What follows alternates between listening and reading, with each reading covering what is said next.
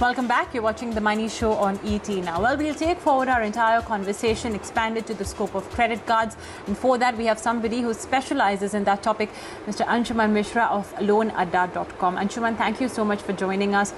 Praying for good health for you and your family as we go through these extremely difficult times.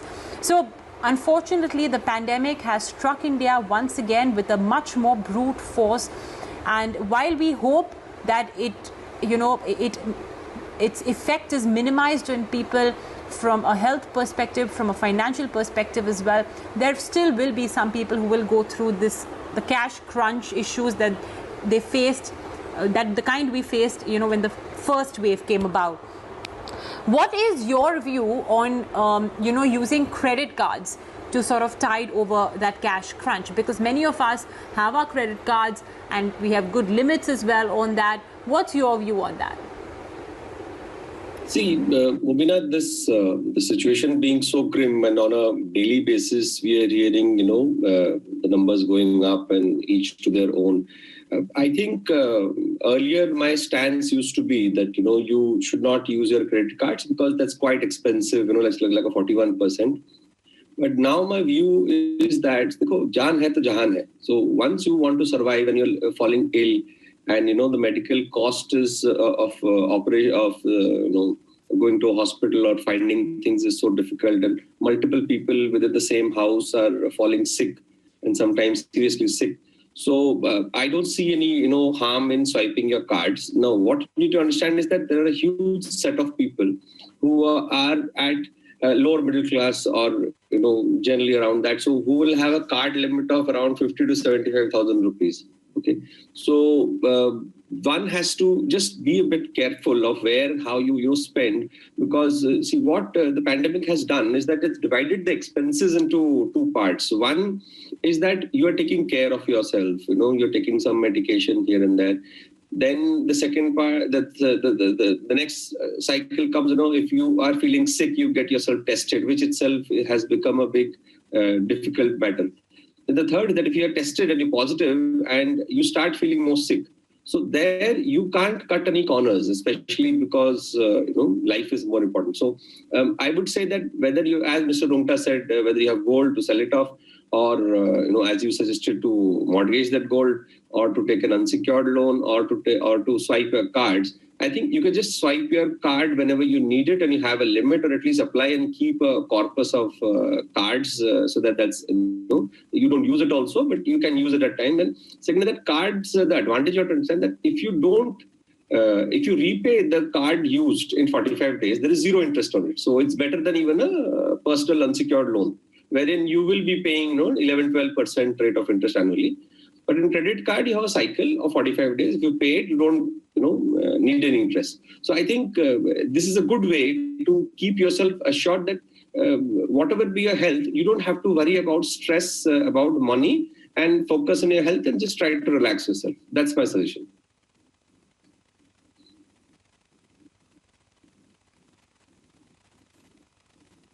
Okay, so it's interesting, Anshuman, that you've tweaked your recommendation a tad bit, and I think it sort of shows that how you have to be very flexible as well with your financial mantra as times change, and boy are they changing rapidly.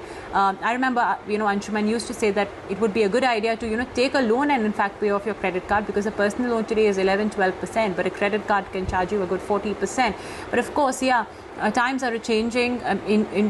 In the moment that we are facing right now, things are ever changing as well. However, Anshuman, I would ask you that with a credit card, there seems to come in a little bit of irresponsibility, if you could call it that, because like you mentioned, we have 80,000, 90,000, 1 lakh rupee limits on credit cards as well. How do you ensure that you are staying within your limits then? What tips, recommendations would you propose on that front? See, the limits on your financial behavior is very related to your personal behavior. So you need to set up your own limits as to what you can spend on what you cannot. Because I think what happens in these credit cards are when somebody gets it. So they don't share the information to their spouses or family, and some party and some spending is done. Today, I think everybody needs to be mature enough to understand that, yes, 1 year back, there was a huge hue and cry and we were scared. But somehow there was a release phenomenon which happened. And all of a sudden, when this mutant came in last just hardly a month now, and it just devastated everything. So people had lowered their guards. So my request to all the people who have cards of, well, generally people are having, if you have 1 lakh, you'll have an average of 3 cards. So you have a 3 lakh average, which you can take for even somebody who's having a 1 lakh income. He has a 3 lakh average. Somebody who has a 2 lakh should have a 6 to 8 lakhs of average card balance income. And I'm seeing a lot of them are actually completely capped out maxed, because somehow people are spending more on their life, the kab jiyenge. I think my recommendation to people is to, as you rightly said, to be a bit more careful, because in today's day and age, you don't know how long this will last, whether another mutant will come, how long the vaccine will take. So what is in our control? Our own financial behavior. And we are all literate. We should also follow some financial literacy. That, as Mr. Rungta said, that 40% of your income, if it is going in your installments, now please add around 40 more percent, which is going in their credit card dues. So if you take the EMIs of the house and car, and then you take the EMI of the credit card interest. So people are actually paying 70-80% of their monthly salary as outflow. So where will you have, you're just living paycheck to paycheck. So please be a bit more careful and circumspect on what you are spending. Yes, there are different, today there are different cards. I mean, I will give you another way or a trick. So see, different card, like 40% used to be a card limit when they used to. Now today, IDFC Bank has come with a card which is much lower in the rate of interest. So if you pick and choose different cards, and they go virtually as low as 9-10% just for a credit card, and that should revolutionize the market. I don't know to what extent it has been distributed, but we heard good things about the distribution network. IDFC First Bank as a brand has done good things, like the 7% rate of interest on the savings bank. So I think financial prudence, what you're spending on. Second, little bit of research on what kind of card you're using, where you're swiping, and please stop discretionary purchases right now. If you're buying for medicine or you are sending to somebody, to your family or something, that's different. But discretionary purchases or any random thing which can be delayed must be delayed to not add to your burden of credit card expenses.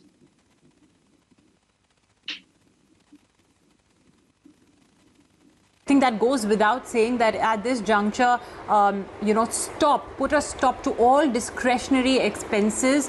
It's just a prudent financial practice to do so during a crisis. Anshuman, I'm going to ask you one last question, and that is your advice for people who already are paying down loans. It could be home loans, car loans. How do you recommend they, pace their EMI payments, especially if they know that, there could be this, they are anticipating some sort of a cash crunch? Any recommendation, on how they could probably approach their banks as well proactively? See, what happens in that is, if you take the loans, when there is an MCLR based or this bank's benchmark rate of interest, now only the SMEs have got an option of, the 2-year or a 1-year moratorium of the principal.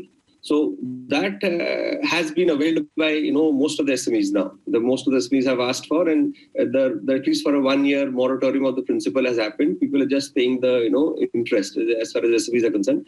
Now, in home loans, there is no moratorium. So if you can go to a bank and ask them to first, a lot of banks have not passed on the, reduction of rate of interest. Somehow I find it very surprising in this banking sector that, in the last 1 year, the cost of funds for banks and what RBI has mandated has drastically gone down. But the rate of interest, which has gone down to the end borrower, that has not even gone. Even 25% or 20% of that has not percolated.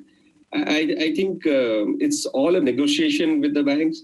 If you are being charged 8.5% on your home loan, you go to your bank and you ask them. The banks are not listening, because if you take most of the banks, head offices are in Bombay, so they are working in curtailed staff to do pandemic, at least last 1 month or so.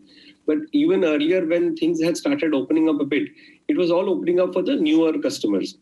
And see, the financial knowledge, or who to go to or what to ask, is actually so fragmented, and every bank has its own way of managing, handling.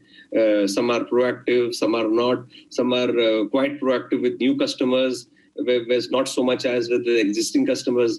So the question is that if somebody has taken a 1 crore loan from an NBFC, from an NBFC finance company, and they have charging him at 9.35. If they reduce it to 7.8, the problem is that the rates have even gone down from 7.8 to 7. So you have to keep going and ask them again, or hua hai kam. So please reduce it. So I think the customers needs to go to the bank and keep requesting again and again, because every penny saved is a penny earned. And now, because of this current financial condition, is quite grim, financial health everywhere. And I think we all have to keep all our corpuses together. If you apply to a bank now, and even if you save 10,000 monthly on your EMI, so if you reduce it by 1.5%, it goes down by 10,000 per month for a period of at least 20 years. So that's a big number. So why not keep going to the bank and say, no, the other bank is giving me much lower. Can you please reduce it? Or you ask the bank that I want to do a balance transfer. So I think what's happening is that in our horde of trying to be spending and use a card, or spend some on discretionary money, you don't have the time to go to the bank and ask them what happened. And when you ask them on the customer care, once or twice they ignore, there's no reply, or they said satisfactorily completed.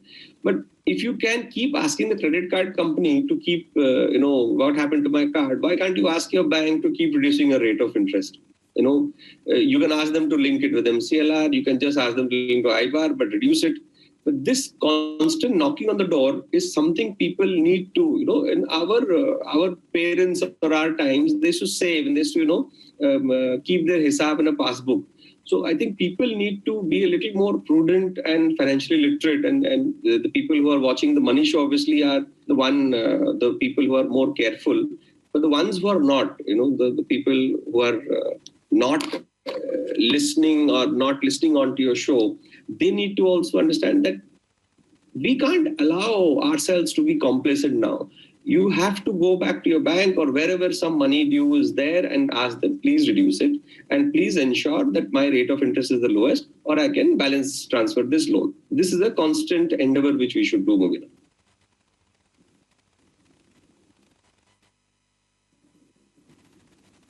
Hope all of this gets our viewers thinking in the right direction. Thank you so much, Anshuman, for joining in. And once again, I hope and pray that you or your family come out